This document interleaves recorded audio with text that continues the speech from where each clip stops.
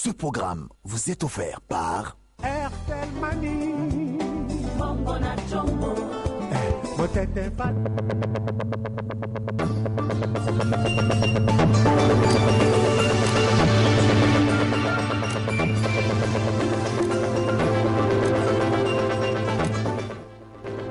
Troïka stratégique à la primature. La croissance économique en République démocratique du Congo en 2014 sera encore vigoureuse dans un cadre macroéconomique stable. Début des essais techniques de le mois prochain du nouvel opérateur téléphonique Yosmatem Toons. L'annonce a été faite ce lundi par son ADG Constant Mopanzé. Antena, le journal, James Katamboa. Bonsoir à toutes et à tous et bienvenue à ce journal. La croissance économique en RDC en 2014 sera légèrement plus élevée qu'en 2013 et supérieure à la moyenne africaine. Mais la reprise de l'économie mondiale est-elle bien plus faible? C'est ce qui a été dit à la sortie de la réunion de la Troïka stratégique ce lundi 6 octobre 2014 à la primature. Un reportage Jean-Louis Miaswekama. Le FMI, 7 ans après le début de la crise financière, parle dans son dernier rapport d'une légère, voire timide reprise économique dans le monde. Les cours de cuivre continuent à baisser, mais le taux d'inflation à fin décembre 2014 n'est que de 1,16%. Quant aux autres indicateurs économiques, les voici. Le taux d'échange se consolide autour de 925 francs les dollars. Et nous avons aussi constaté que sur base n'est-ce pas, des estimations faites par la Banque centrale, le taux de croissance économique pour l'année 2014 pourra être autour de 8,7%, ce qui est déjà supérieur au taux de 8,5% qu'on a réalisé l'année passée, et un taux qui est nettement supérieur au niveau du taux, n'est-ce pas, de croissance de l'Afrique subsaharienne. Donc la moyenne africaine est autour de 5%, mais nous sommes à 8,7%. Les performances économiques de la RDC ont dépassé les frontières. Nous avons été informés que la Banque centrale, qui venait de participer à une mission de commissaire à Lilongwe, il a reçu les compliments de beaucoup de pays qui apprécient en fait les performances économiques de la RDC, et ces pays voudraient s'inspirer aussi de l'expérience congolaise en cette matière. Suite à ces performances, le gouvernement a reçu des encouragements du chef de l'État.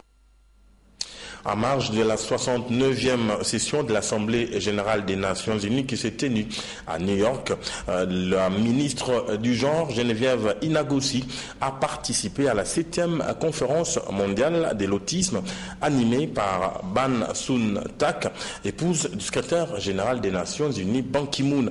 Patrick Borel, Mukendi, Africa Moshika. La 69e session de l'Assemblée générale des Nations Unies tenue récemment à New York a aussi été marquée par la 7e conférence mondiale sur l'autisme animée par Ban Sun-tak, l'épouse du secrétaire général des Nations Unies, à l'intention de Première Dame. La première dame de l'ère des Congo, Marie-Olive Lembe Kabila Empêché, a été représentée par la ministre du Genre, de la Famille et de l'Enfant, Geneviève Inagossi Kasongo. L'épouse secrétaire générale des Nations Unies, Ban Ki-moon, ont saisi l'opportunité de la tenue à New York de la 69e session de l'Assemblée générale des Nations Unies pour sensibiliser, pour mobiliser les conjoints des chefs d'État et des gouvernements, mais aussi les dignitaires, sur la problématique de la prise en charge de l'autisme. L'autisme est encore considéré aujourd'hui par un nombreux pays comme un mauvais sort, comme de la sorcellerie, et les malades sont discriminés et rejetés. Autism Speaks veut établir ce partenariat avec les premières dames à raison de leur rang, de leur position, mais également de leur engagement dans l'amélioration des conditions de vie de leur communauté. Et la première dame de la RDC, Marie-Olive Lembe Kabila, a été invitée à cette 7e conférence mondiale sur l'autisme à cause de son engagement, de sa détermination, de sa sensibilité, mais également de tout le travail qu'elle abat en faveur des couches vulnérables de notre pays. Hormis l'époux du secrétaire général des Nations Unies, Ban Suntak, le première dame de Pologne, celle du Kenya et les présidents de l'Assemblée générale des Corées ont exactement édifié l'assistance au sujet de l'autisme. Le département d'État des USA organise du 1er octobre au 3 novembre 2014 la loterie des visas d'immigration pour 2016, plus connue sous le nom de la DV 2016. Pour ce faire, les consuls de l'ambassade des États-Unis en RDC a animé une conférence de presse ce lundi 6 octobre pour faire connaître les règles et exigences de cette loterie. Patricia Amouli pour le reportage. Ils sont nombreux à jouer à la loterie des visas d'immigrants pour les États-Unis d'Amérique. La section consulaire de l'ambassade des USA en République démocratique du Congo a voulu, à travers cette conférence de presse, attirer l'attention de la population que les candidats à l'inscription à la loterie DV 2016 doivent suivre les instructions sur l'éligibilité avant de soumettre leur demande et utiliser les sites www.dvloterie.state.gov. Toutefois, le vice-consul a souligné que les inscriptions à la loterie est gratuite. Quels sont alors les objectifs de la DV Loterie? C'est seulement la promotion de la diversité aux États-Unis. Les États-Unis sont un pays très divers ethniquement et nous voulons continuer cette histoire aux États-Unis. Et la raison pour laquelle le DV existe, c'est seulement pour la promotion d'immigration dans les pays où il n'y a pas une histoire très longue d'immigration aux États-Unis. Pour les pays où il y a déjà une histoire d'immigration très longue, par exemple le Mexique, c'est un pays voisin des États-Unis. Il y a beaucoup des immigrants qui viennent du Mexique. Il y a beaucoup de Mexicains américains. Et les Mexicains, le pays du Mexique, ils ne sont pas qualifiés pour le DV parce qu'il y a une histoire très longue. Pour jouer à la DV Loterie, les demandeurs doivent avoir au moins 18 ans. Une fois sélectionné, avoir une expérience professionnelle ou un diplôme d'État. La loterie DV a été créée depuis 1990 par le Congrès américain. En 2015, 4 943 Congolais sélectionnés vont immigrer pour le pays de l'oncle Sam. Il s'est tenu à Kenge en date du 22 septembre le deuxième conseil ordinaire des ministres provinciaux du Bandundu. C'était en présence du gouverneur de cette province, Jean Kamisendo. Dans mon mat pour les détails. L'un des sujets évoqués au cours de ces conseils est la recrudescence de l'insécurité dans la ville de Kikwit. Pour y mettre fin, le gouvernement provincial du Bandundu a pris quelques mesures sécuritaires. Il s'agit... Primo, l'organisation des patrouilles mixtes PNC-FRDC. Secondo, la création de 2 nouveaux sous-commissariats dans la ville. Tertio, l'accélération des procédures judiciaires en vue de juger tous les coupables. L'insécurité sur la nationale numéro 1 a de même contraint le gouvernement provincial à adopter certaines mesures pour épargner le voyageur de certains cas d'accidents de circulation routière. Il s'agit, primo, de la mise sur pied d'une unité de la police de surveillance dotée des équipements nécessaires, notamment de motos, pour leur assurer leur mobilité. Secondo, du renforcement du contrôle technique des véhicules. De la multiplication des dos d'âne sur le tronçon routier où se produisent la plupart des accidents. Quarto, de l'instauration du contrôle du taux d'alcoolémie auquel devront se soumettre tous les chauffeurs. Convaincu du bien fondé de l'implantation du parc agro-industriel de Boukangalonzo dans la province du Bandundu, le gouvernement de la province a confié à une équipe interministérielle la mission de définir et de proposer les modalités d'implication de cette province dans la gestion du dit parc. Un nouvel opérateur de téléphonie mobile en RDC, il s'agit de Yozma Time Turns. Au courant de ce mois, cette société compte procéder au lancement des essais techniques de son réseau. L'annonce a été faite par les responsables de Yozma Time Turns, Constant Mopanze, ce lundi 6 octobre 2014. Natacha Abomongo et Josène Belebele. Toutes les batteries sont mises en marche afin de bousculer le marché des télécommunications avec le nouvel opérateur de téléphonie mobile en République démocratique du Congo, Yozma Time Turns. Tous les associés se sont mis d'accord sur les opportunités d'affaires qu'offre la RDC en matière de télécommunications et des technologies de l'information et de la communication. Ce qui justifie la présence d'une forte délégation constituée de techniciens de renom en provenance de l'Europe afin de mettre l'expertise de tout le monde à contribution pour une réussite totale. Ainsi, Yozma Time Turns compte lancer les essais techniques au courant de ce mois d'octobre. Nos investisseurs font confiance à la RDC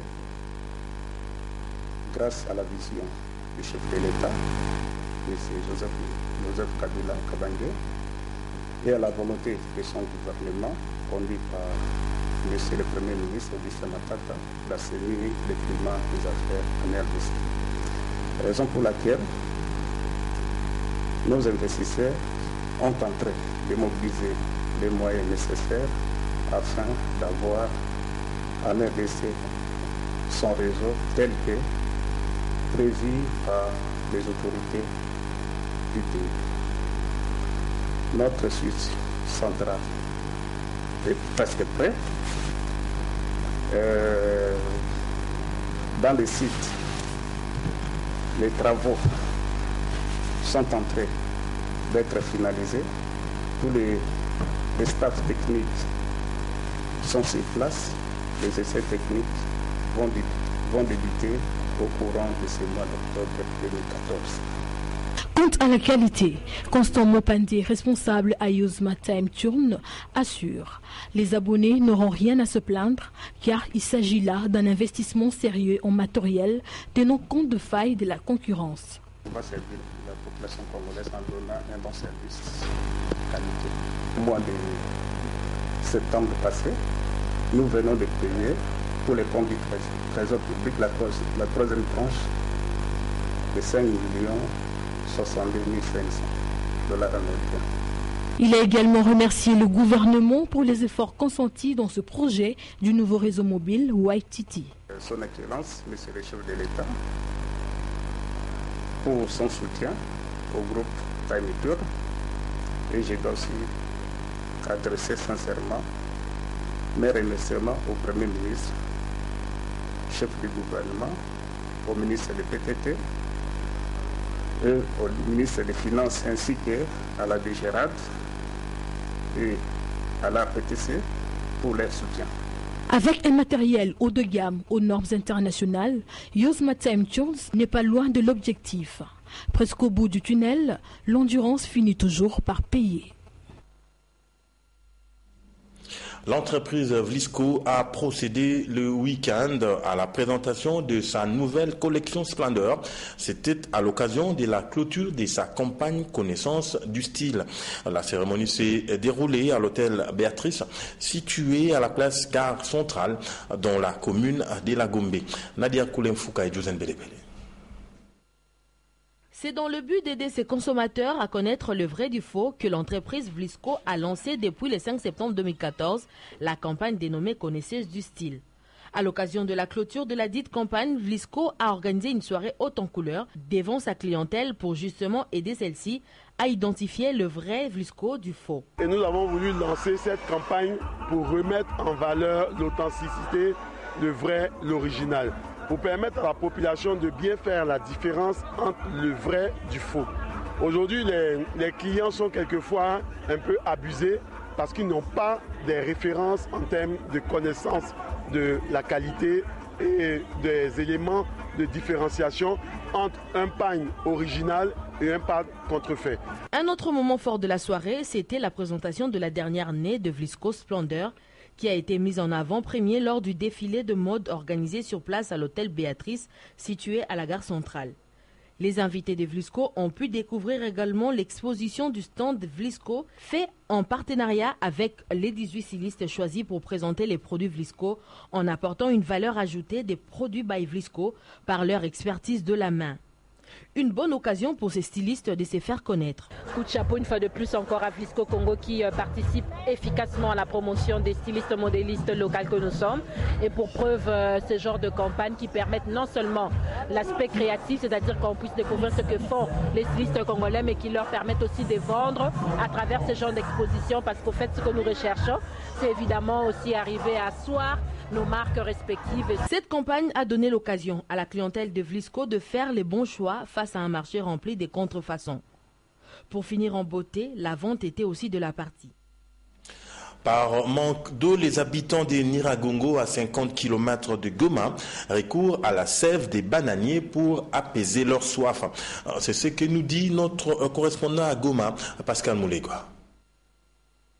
C'est un groupement de Roussailles en territoire de Niragongo qui vous fait ce mode de vie ancestrale a été observé par antenne à Goma.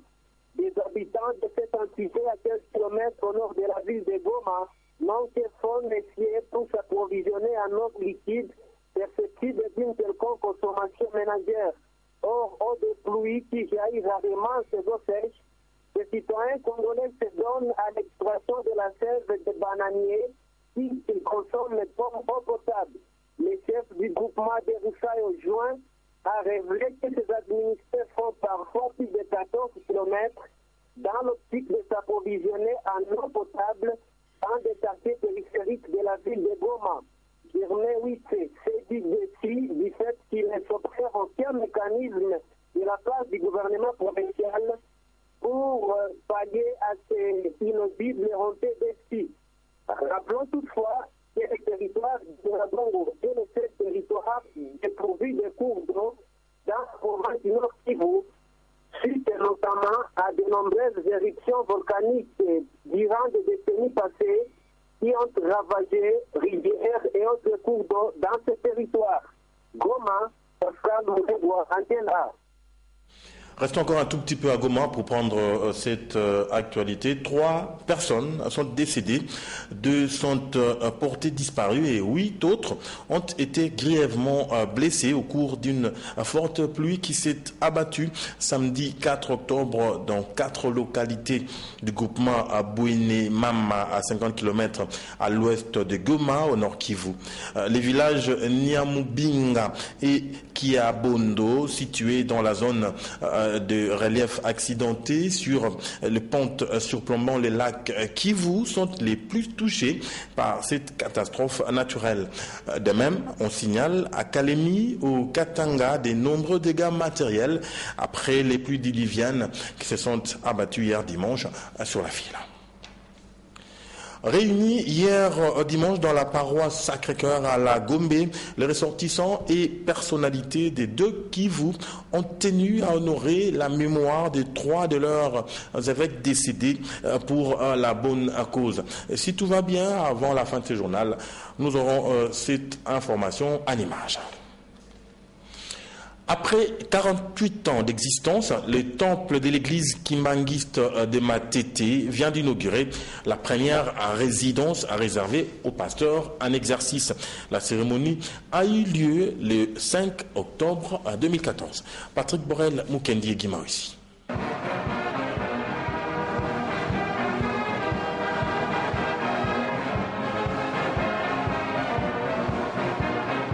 Le 5 octobre a été le jour choisi par l'église Simon Kimbangu située au quartier Ngilima dans la commune de Matete pour inaugurer la résidence du pasteur communal Léon Kinkei qui a souhaité la bienvenue aux croyants et visiteurs.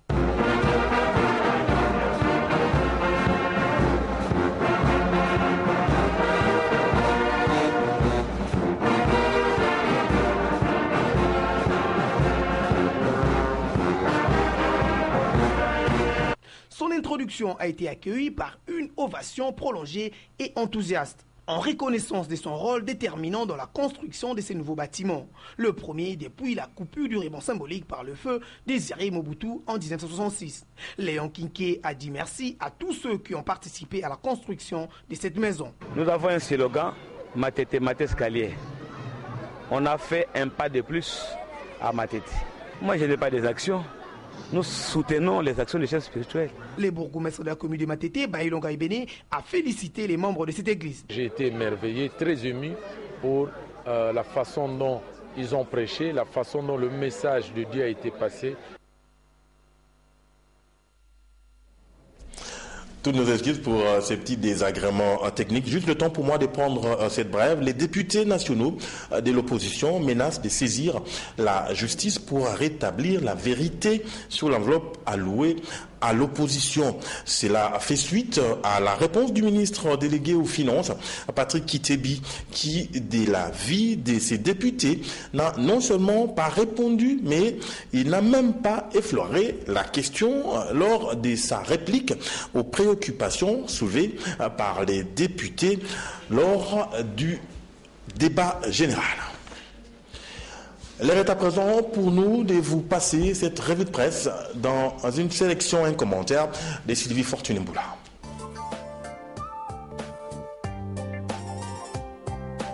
Bonsoir et bienvenue à cette revue de presse. L'ONU convoque un forum mondial à Kinshasa en novembre 2014, mentionne la référence plus à sa une. 4 minerais produits à l'est du pays sont le plus visés par le trafic illicite. C'est dans ces cadres qu'un forum international se tiendra à Kinshasa du 3 au 5 novembre prochain pour cerner les différents contours de ces trafics. Axé sur la diligence régionale sur l'exploitation des ressources naturelles dans la région de Grand Lac, ce forum va regrouper 400 délégués venant de tout le coin du monde. Il est organisé par l'OCDE, la CIRGL et le groupe des experts des Nations Unies. De son côté, le dépêche Brazzaville rapporte que Washington renoue militairement avec Kinshasa. À la suite de l'allègement des sanctions prises à son encontre par les USA en matière d'aide militaire, la RDC bénéficiera de 350 000 $ américains destinés à la formation militaire et fonds supplémentaires pour la traque de Joseph Kony, chef de la guérilla ougandaise ultra-violente de l'armée des résistants du Seigneur LRA. Ainsi, les USA suspendent les sanctions imposées à la République démocratique du Congo. Après la MONUSCO, Bujumbura confirme la présence de ses militaires au sud Kivu et Kinshasa continue de démentir, révèle la manchette. Le quotidien note que l'armée burundaise confirme la présence de ses troupes dans la région d'Uvira. Son porte-parole, le colonel Baratuza, a déclaré le vendredi dernier que ses militaires se trouvent sur le sol congolais pour aider les FARDC à combattre le groupe rebelle retranché dans les hauts plateaux d'Uvira. De son côté, le porte-parole des FARDC, le général Kasonga, a déclaré sur la télévision publique qu'il n'existe aucun accord avec un quelconque pays voisin autorisant des opérations militaires conjointes sur le sol congolais. Cela n'est pas à confondre avec des rencontres bilatérales localisées d'échanges d'informations entre le commandant des unités au niveau de nos frontières. Moïse Nyarugabo, sénateur ou trafiquant, s'interroge Africa News. L'homme de la loi est accusé de vouloir freiner l'exécution des ordres de sa hiérarchie et le sénateur Nyarugabo est fiché par son émission dans cette affaire de grumes coupée frauduleusement dans le domaine des Talatina et saisi par la justice RD congolaise qui a déjà rendu le droit, curieusement, l'intrusion du sénateur Nyarugabo dans ces dossiers d'intriguer le justiciable, surtout lorsqu'il s'agit d'une décision prise contre l'une de 3 sociétés, à savoir Terco, Omimex et NTK. Terminons avec Forum des As dans son édito. Toujours pas de gouvernement post-concertation. Bye bye septembre et bonjour octobre. Le jour passe, plus les semaines. Et enfin les mois. Toujours pas de fumée blanche du côté du palais. Donné pour le mois du gouvernement estampillé cohésion nationale, septembre appartient déjà à l'histoire. Toujours pas d'ombre du cabinet post-concertation. Les membres de l'équipe Matata ont même perçu leur indemnité de sortie. Leurs dépendants aussi. Au 6e jour d'octobre, les statu quo demeurent. Attendons voir. Terminé, au revoir et bon début de semaine à tous. Voilà, c'est par ici que nous refermons ce journal. Merci de l'avoir suivi. Excellent début de semaine à toutes et à tous.